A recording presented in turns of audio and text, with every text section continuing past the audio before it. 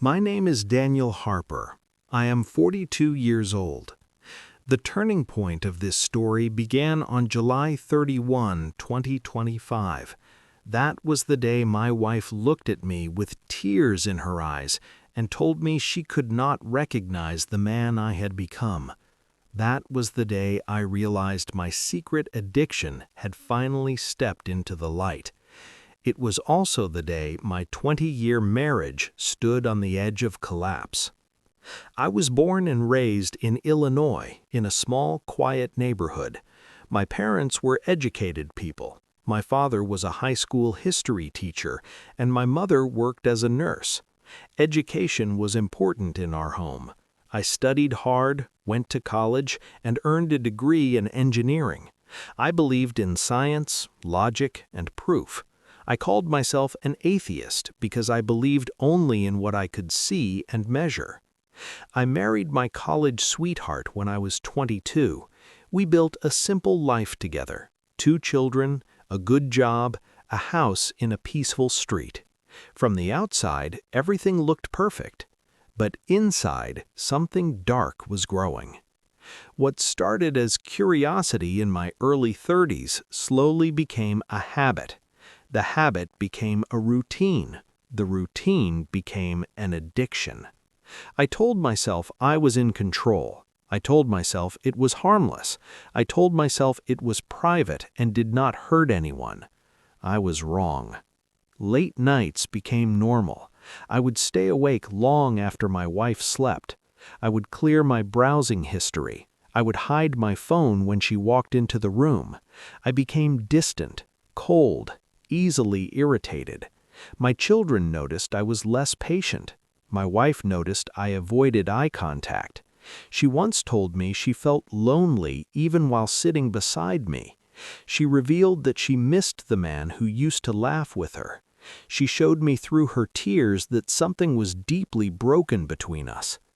Instead of admitting my struggle, I became defensive. I raised my voice. I blamed stress. I blamed work. I blamed everything except myself. The tension in our house grew heavy.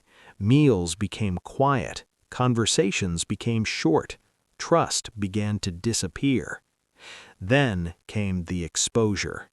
One evening, my wife used our home computer and discovered what I had failed to erase. She did not scream. She did not throw things. That silence was worse than anger. She showed me the screen with trembling hands. Her face looked pale. Her voice shook as she told me she felt betrayed. My children heard the argument that followed. My son stayed in his room. My daughter cried behind the door. That night, I slept alone in the living room. The days after felt like punishment. My wife stopped wearing her wedding ring. She told me she needed space. She revealed that she had been thinking about separation for months. She showed me messages she had written but never sent to a counselor. Friends began to notice something was wrong. A close friend from church, yes, church, even though I claimed not to believe, told me he sensed I was carrying shame. He revealed that he had walked a similar road years ago. I brushed him off. Pride still controlled me. At work, my focus weakened. I missed deadlines. My manager called me into his office and told me my performance was slipping. He warned me that my position could be at risk if things did not improve. I was losing everything. But the worst persecution did not come from outside. It came from inside my own heart. I felt disgusted with myself. I avoided mirrors because I did not like the man staring back at me. I felt trapped in a cycle I could not break. Each failure increased my guilt. Each guilt pushed me deeper into the same behavior. My wife stopped sharing her thoughts with me. She stopped sitting beside me on the couch. She stopped reaching for my hand. That rejection cut deeper than any insult. One night, she told me she was considering taking the children to stay with her sister. She revealed she did not feel emotionally safe anymore. That statement crushed me. I had not been arrested. I had not been publicly shamed. But in my home, I was already living like a stranger. That was the beginning of my humiliation. And I did not yet know that something even more painful was coming, something that would shake my beliefs, challenge my pride, and force me to face a truth I had denied my entire life. After my secret was uncovered, my house no longer felt like home. I remember one evening clearly. I sat at the dining table while my wife washed plates in silence. The sound of water running felt louder than usual. My children avoided looking at me. My son kept his eyes on his food. My daughter finished early and went to her room without a word. That silence was persecution in its own way. It felt like I was already judged and sentenced inside my own family. A few days later, I made a decision that shocked even me.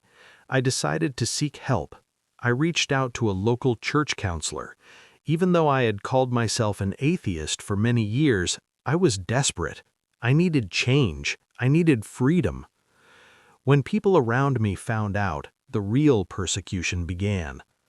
My closest friend from work revealed to others that I was attending church meetings. He showed them messages I had sent him in confidence. Soon my phone began to buzz with notifications. Some colleagues mocked me, some sent laughing emojis. One of them told me I had lost my mind. Another revealed that I was weak and could not solve my problems like a real man. At work, the atmosphere changed. I walked into the office one Monday morning and felt eyes on me. Conversations stopped when I passed. Two coworkers who used to sit with me during lunch moved to another table. My manager called me into his office again. He told me my personal issues were affecting the company's image. He warned that clients might not feel comfortable working with someone going through moral instability. I felt small, ashamed, exposed. But the hardest persecution came from extended family. My brother visited one weekend. He told me I had embarrassed the family name. He revealed that our parents, who were proud educators, were disappointed. He showed me social media posts where distant relatives were discussing my situation. Some said I had become brainwashed. Some said I was pretending to be religious to hide my guilt. Some said my marriage was already over. At home, the struggle continued. My wife told me she needed time to see if I was truly serious about change. She moved into the guest room. I remember lying alone in our bedroom, staring at the ceiling fan spinning slowly. The empty space beside me felt colder than winter. One night, I tried to hug my son. He gently pulled away. He revealed that he felt confused and hurt. He showed me a school message where another child had teased him after overhearing adults talk about my situation. My daughter avoided bringing friends home. She told my wife she felt embarrassed. Hearing that broke something inside me. I began attending weekly recovery meetings at the church. The first time I walked in, I kept my head down. I felt everyone could see my shame written on my face. But instead of laughing, the men there showed me kindness. They revealed their own hidden battles. They showed me that I was not alone. Still, outside those walls, the pressure did not stop. An online post about my conversion began circulating in my local community group. Strangers commented. Some mocked my past. Some mocked my new faith. A few accused me of using religion as an excuse. I remember sitting in my car one afternoon after reading those comments. My hands were shaking. Tears fell quietly. I felt like giving up. I felt like returning to my old life just to escape the humiliation. But something inside me whispered that running back would only deepen the chains. The persecution was not physical. No one beat me. No one locked me in a prison. But emotional persecution can be just as painful. It is the cold shoulder. It is the broken trust. It is the laughter behind your back. It is the loss of respect. It is your own children feeling ashamed because of your mistakes. Every day felt like walking through fire. Yet, in the middle of that fire, something small began to grow: humility. For the first time in my life, I admitted I was not in control. For the first time, I knelt beside my bed, not to perform a ritual, but because I had no strength left in me. That was the beginning of a deeper change. But I did not yet know that an even greater breaking point was coming, a moment that would test whether my new path was real or only temporary. Stay with me. It was late autumn. The air outside was cold, and dry leaves covered our yard. Inside the house, the air felt even colder. I came home from work one evening and saw 2 suitcases near the staircase. My heart began to beat fast. I walked slowly into the living room. My wife was sitting on the couch, holding some papers in her hand. She looked tired, not angry, just tired. She told me she could not continue living in fear of being hurt again. She revealed that she had spoken to a lawyer. She showed me documents about separation. She explained that she needed peace for herself and for the children. My legs felt weak. I sat down because I thought I might fall. The children were upstairs. I could hear soft footsteps moving across the floor. They knew something serious was happening. That moment was my breaking point. All the public shame, the workplace mockery, the family disappointment, none of it hurt like seeing those suitcases. That was real loss. That was the end of 20 years. I went into the kitchen and leaned against the sink. My reflection in the window looked like a stranger. I saw a man who had built his life on pride and secret habits. I saw a man who had hurt the people he loved most. That night, I did something I had never truly done before. I went into the bedroom, closed the door, and knelt beside the bed. Not because it was religious, not because someone told me to, but because I had no strength left. I did not use big words. I did not pretend to be holy. I simply admitted I was broken. I admitted I could not fix myself. I asked for help from a God I once denied. There was no loud voice, no bright light, but something inside me became still. The next morning, I asked my wife for one more chance. I did not defend myself. I did not blame stress. I did not blame temptation. I told her through my actions that I was ready for accountability. She agreed to delay the separation for a short time. She revealed that she needed proof, not promises. She showed me clear boundaries. She insisted on counseling together. She required full honesty with devices and schedules. The real test began then. A week later, I faced my biggest temptation. I was alone at home. My wife had taken the children to visit her sister. The house was silent. My phone was on the table. The old urge returned strongly. My hands shook. This was the moment that would prove whether my change was real. I picked up the phone. I stared at the screen. My mind reminded me how easy it would be. No one would know. No one was home. But then I thought of the suitcases. I thought of my son pulling away from my hug. I thought of my daughter feeling embarrassed at school. I thought of my wife holding those papers with tired eyes. I put the phone down. Instead, I called one of the men from my recovery group. I told him I was struggling. He did not judge me. He revealed that he had faced the same battle many times. He showed me that calling for help was strength, not weakness. That small victory felt bigger than any promotion I had ever received. Still, persecution did not stop. At work, a rumor spread that my wife was leaving me because of my religious obsession. A coworker laughed loudly near my desk and suggested I had joined a cult. My manager warned me again to keep my personal life private. Even some old atheist friends contacted me online. They told me I had betrayed logic. They revealed that they believed I was emotionally unstable. They showed screenshots of my past arguments against faith and mocked me for changing. Each message felt like a stone thrown at my heart. But something had shifted inside me. Instead of reacting with anger, I felt sadness for the man I used to be. I saw how pride had blinded me for years. One evening, my wife noticed a difference. She told me she saw consistency. She revealed that my patience with the children had improved. She showed me small signs of trust returning, like sitting beside me again on the couch. It was not full restoration yet. It was fragile, like thin glass. But it was hope. The night with the suitcases could have ended my marriage. Instead, it became the night I truly surrendered. I did not know then that a new chapter of restoration was beginning, slow, painful, but real. Stay with me. After the night of the suitcases, my life did not suddenly become easy. Restoration is slow, trust is fragile, pain does not disappear overnight.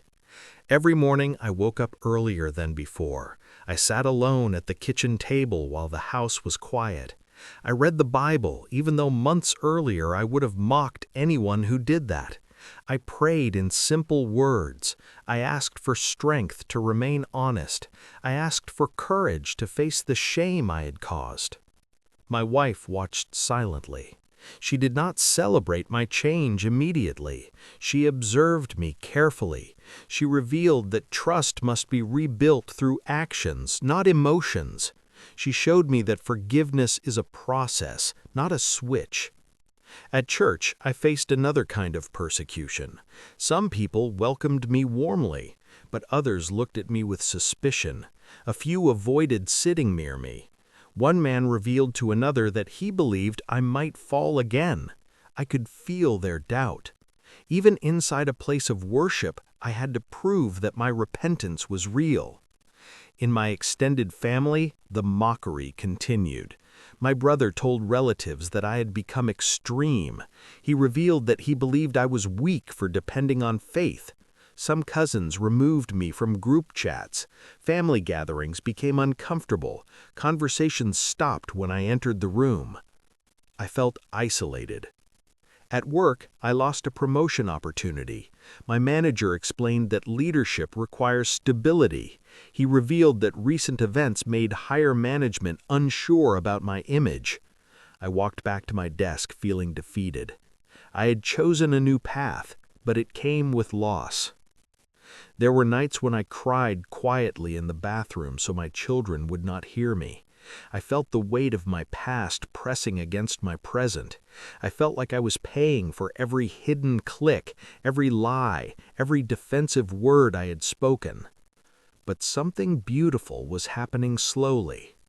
One evening, my son came and sat beside me while I was reading.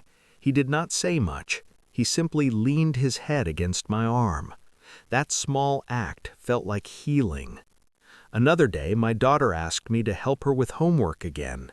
She had stopped asking during the worst months. Her trust was returning. My wife began to smile more. One night, she moved back into our bedroom. She told me she saw consistency. She revealed that my humility had softened her heart. She showed me forgiveness not through big speeches, but through simple daily kindness. The persecution had refined me. I learned patience. I learned accountability. I learned honesty. I learned that real strength is admitting weakness.